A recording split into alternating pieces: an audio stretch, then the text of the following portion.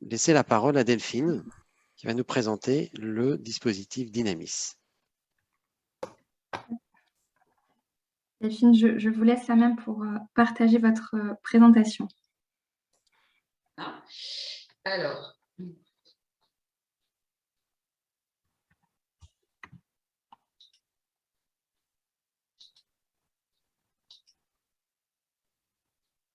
est-ce que tout le monde voit bien la présentation? Oui, c'est bon. Ok, super. Donc, je suis donc Delphine Fontana, je travaille au CNES et je suis chef de projet de Dynamis, qui est le dispositif institutionnel national d'approvisionnement mutualisé en imagerie satellitaire. Ah, j'ai un petit souci pour passer les... Avec la roulette de votre souris, peut-être. Voilà, pardon. Donc, l'accès, Dynamis, c'est un accès à des images d'observation de la Terre à très haute résolution pour l'ensemble des institutionnels. Pour la petite histoire, Dynamis est né d'une réflexion qui a été initiée dès 2015 et il a été créé en 2017 par 6 partenaires qui se sont regroupés en un consortium. Donc, il s'agit du CNES, du CNRS, de l'IGN, l'IRD, le CIRAD et l'INRAE. Et ce qu'il faut préciser également, c'est que Dynamis, en fait, fait suite à des programmes précurseurs, notamment le programme d'accompagnement scientifique du CNES ISIS, mais également le projet Equipex GeoSud. C'est également un service qui s'inscrit dans l'infrastructure DataTerra et aux côtés des pôles de données TEA, Audatis, Formater et Aeris, dont vous avez certainement connaissance. Le rôle de Dynamis, donc, c'est de fournir aux utilisateurs un accès unique et simplifié à des images d'observation de la Terre et principalement Pléiades et Spot 6-7. Mais aussi et surtout à vous accompagner dans vos démarches de demande d'images. Dynamis fournit des produits images brutes, donc pas de produits à valeur ajoutée, qui sont le propre et le rôle des pôles de données, mais néanmoins, ces images incluent des pré-traitements à la fois géométriques, radiométriques et sont livrés sous différents formats. Dynamis propose des données gratuites qui sont disponibles, on va dire, directement via son catalogue, et également la possibilité d'acquérir de nouvelles données selon un quota de gratuité qui est ensuite complété soit par un cofinancement qui est proposé aux scientifiques, soit par la tarification institutionnelle que l'on appelle DSP catégorie 1, qui est la délégation de service public qui a été mise en place par le CNES avec Airbus. Ça, c'est dans le cas des données Pléiades. Et dans le cas des données Spot 6-7, le principe est le même, mais il fonctionne par tranche en cas de dépassement du quota. Qui c'est qui est éligible en fait, Donc, c'est ce qu'on appelle en fait des utilisateurs institutionnels autorisés, des UIA. Il s'agit donc des scientifiques français et européens sous des conditions définies, l'ensemble des acteurs publics français et également en fait les entités privées françaises, j'ai oublié de préciser, pour leurs besoins propres en recherche et développement. Vous avez en dessous là une liste non exhaustive des UIA qui sont habilités à bénéficier des services de Dynamis.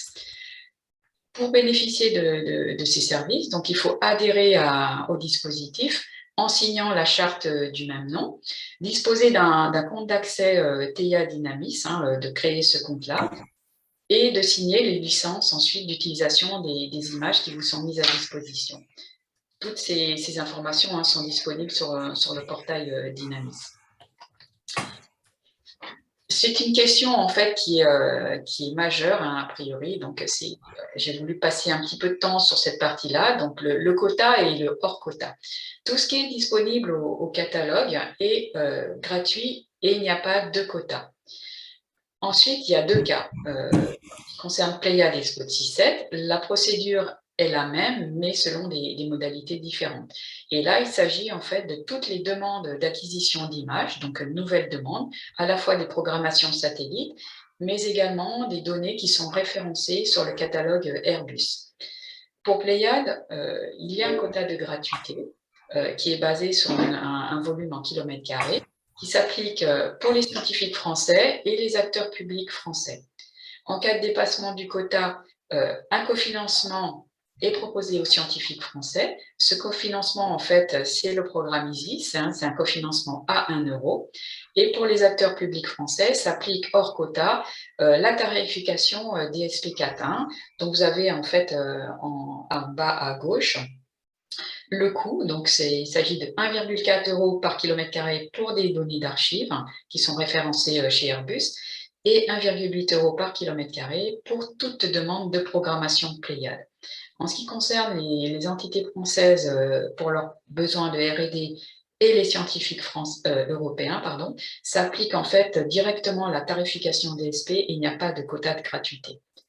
En ce qui concerne Spot 6.7, les modalités sont les mêmes, la procédure, mais le quota, en fait, là, est basé sur une notion de crédit, de quota gratuit, et au-delà de ce quota, s'appliquent en fait des tranches d'approvisionnement dont j'ai mis en dessous, en fait, les différents montants, et ceci s'applique à la fois pour les scientifiques français et européens, mais également les acteurs publics français. J'aimerais passer un petit peu de temps sur le quota, comment il est calculé avec un exemple. Sachant qu'aujourd'hui, ce quota est de 3500 km² pour les scientifiques et pour un acteur public de 2500 km². Je rappelle que ce quota, il est évolutif. Donc ça, ce n'est pas inscrit dans le marbre, il s'agit d'un exemple. Si votre zone d'étude fait 150 km² et que vous demandez une programmation avec 3 acquisitions en stéréo, le total sera de 150 multiplié par 2 parce qu'il y a 2 scènes, puisque c'est une stéréo, et par 3 puisqu'il y a 3 acquisitions. Ça fait un volume total de 900 km². Vous reprenez cet exemple-là, mais avec une surface à la base de 800 km². Le total sera de 4800 km² estimé. Dans le premier cas, on est dans le quota, et dans le deuxième, il y a un dépassement de quota. Pour les acteurs scientifiques, sur ces 4800 km², il y aura 3500 km² qui seront pris en charge et donc gratuits pour le demandeur, et le reste à charge, donc 1300 km², sera financé par le scientifique, donc ça équivaut à 1300 €. Dans le cas d'un acteur public, le quota étant différent de gratuité, sera pris gratuitement 2500 km², et le reste à charge, donc l'équivalent de 2300 km², sera facturé au prix d'une programmation, donc multiplié par 1,8 € par km², ce qui fera à sa charge 4140 €. Le principe du quota, en fait, il est basé, le volume gratuit, il est basé sur le budget dont on dispose au CNES pour acheter les images. Donc, forcément, en fonction du demande de l'ensemble des utilisateurs qui ont fait des demandes dans le cadre de Dynamis, mais on tient compte également du nombre de demandes par utilisateur, de manière en fait à permettre à tous de pouvoir bénéficier de manière gratuite et facilement des données Pléiade. Le principe est aussi appliqué pour Spot 6.7. Aujourd'hui, l'image que propose Dynamis, l'imagerie, ce sont donc Pléiade et Spot 6.7, des scènes acquises de manière mondiale, réparties mondialement. On propose également des couvertures Pléiade annuelles systématiques, et là, ça concerne principalement le littoral sableux métropolitain et guyanais et Dromcom. On a une couverture annuelle de l'île de la Réunion. Des couvertures millésimées Spot 6.7, mais là, c'est uniquement le territoire métropolitain. Et Dynamis, en fait, s'assure du relais vers d'autres programmes et plateformes pour des images différentes, dont vous avez le détail en dessous. Et en termes d'acquisition de nouvelles données, ça concerne uniquement Pléiade et Spot 6.7, et c'est une couverture mondiale. Comment marche en fait Dynamis de manière opérationnelle? Donc, vous avez les utilisateurs autorisés qui peuvent télécharger directement au catalogue des données qui sont disponibles directement en base de données, mais faire également donc des programmations ou demander des archives au catalogue Airbus. Ces demandes passent par une interface de demande d'image en ligne qui sera prochainement en fait directement connectée au catalogue de manière à simplifier l'accès. Ensuite, des opérateurs se chargent de traiter vos demandes. Pour tout ce qui est la partie scientifique Pléiade des demandes émises par les scientifiques, c'est le CNES qui est en charge de les traiter. Les demandes émises par les acteurs publics, c'est IGN.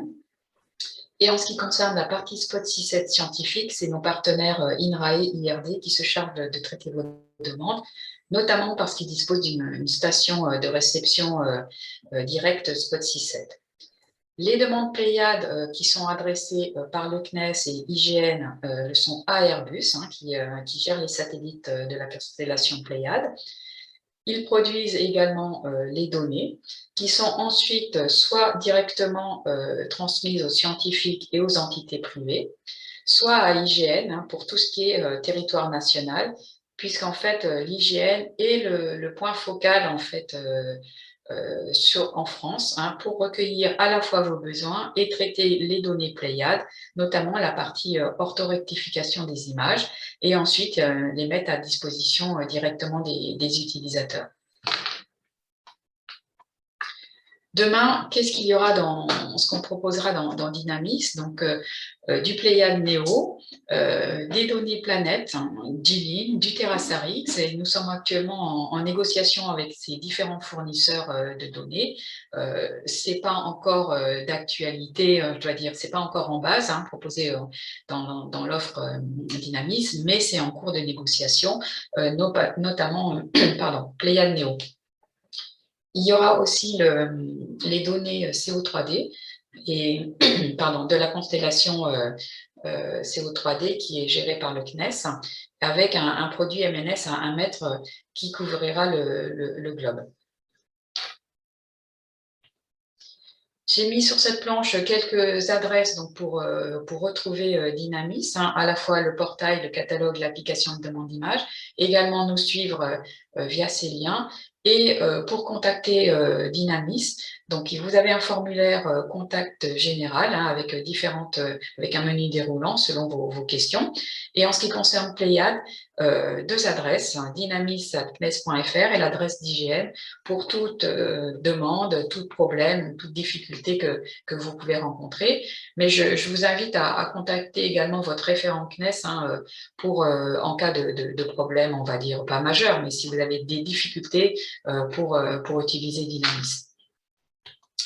Et je terminerai par cette diapo qui est en fait le lancement officiel par Airbus de l'International User Group Pléiade Neo, qui est un challenge qui permettra de vous faire bénéficier en fait d'images gratuites Pléiade Neo selon en fait un appel à projet. Vous avez là le rétro-planning de la soumission en fait de ces projets. Candidature avec, si votre projet est retenu par Airbus, une présentation finale lors d'une webconférence qui sera organisée par Airbus. Sous le lien Challenge, vous avez une connexion directe sur le site Airbus avec la possibilité de toutes les informations nécessaires et ainsi que le QR code là pour flasher s'il y a plus de facilité. Et voilà, j'ai terminé avec ma présentation, avec un extrait Pléiade qui a été une image qui a été acquise dans le cadre d'un projet SCO Eagle Edge en 2021 et qui est centré sur le temple de Bretagne. Voilà, j'ai terminé. Merci. Merci Delphine pour cette présentation. Avez-vous des questions à poser à Delphine sur toutes ces données?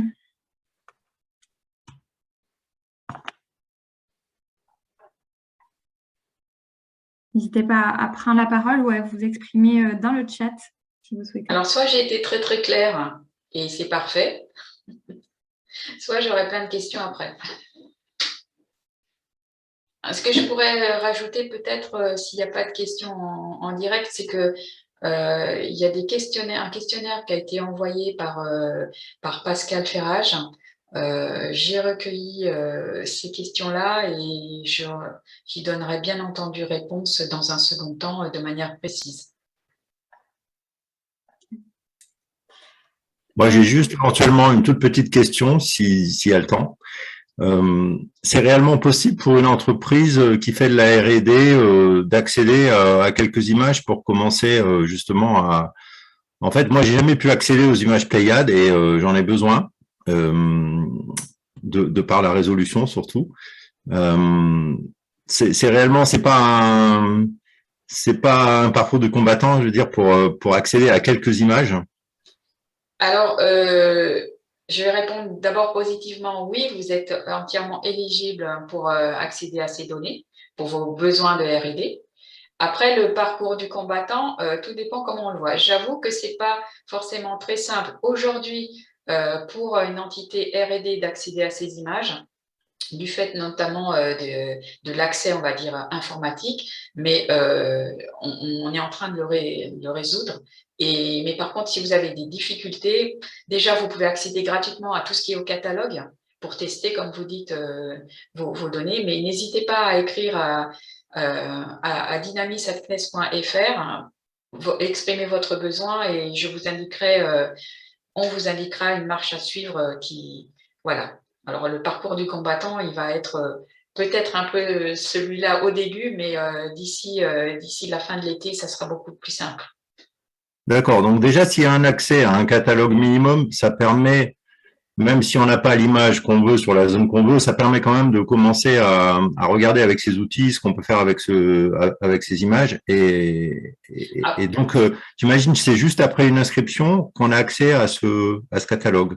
Alors, il y a une inscription, donc une adhésion, mais après, par contre, en tant que R&D, on vous demande quand même de décrire votre projet de R&D. Tout à fait. Donc, à minima, de les décrire. Et ce qui permet après de valider en quelque sorte votre accès au catalogue.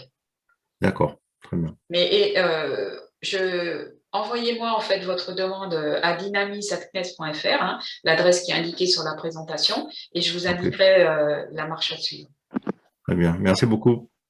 Merci Delphine d'avoir répondu à ces questions.